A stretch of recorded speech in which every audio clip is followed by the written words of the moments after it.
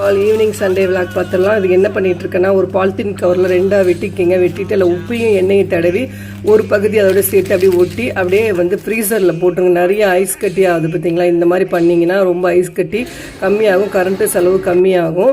இது ஒரு வீடியோ பார்த்துருந்தேன், ரொம்ப நல்லா யூஸ்ஃபுல்லாக இருந்தது. நம்மளும் ட்ரை பண்ணி பார்ப்போம்னு பண்ணியிருக்கேன். பாசிப்பயிறு குருமாவும் இது ஒரு வீடியோவாக போடுறேங்க. உண்மையில் அட்டகாசமான ஒரு குருமாங்கிறது.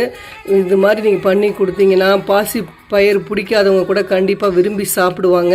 ஹோட்டல் ஸ்டைலில் அதே ருசியோட சுவையோட பண்ணலாம். நாளைக்கு ஃபுல் வீடியோ வரும், நீங்கள் பாருங்கள்.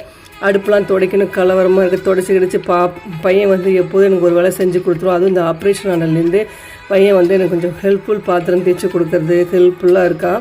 அடுப்புலாம் துடைச்சாச்சுங்க. பால் காய்ச்சி இந்த 1 ஹவரில் உங்களுக்கு தயிர் வேணும்.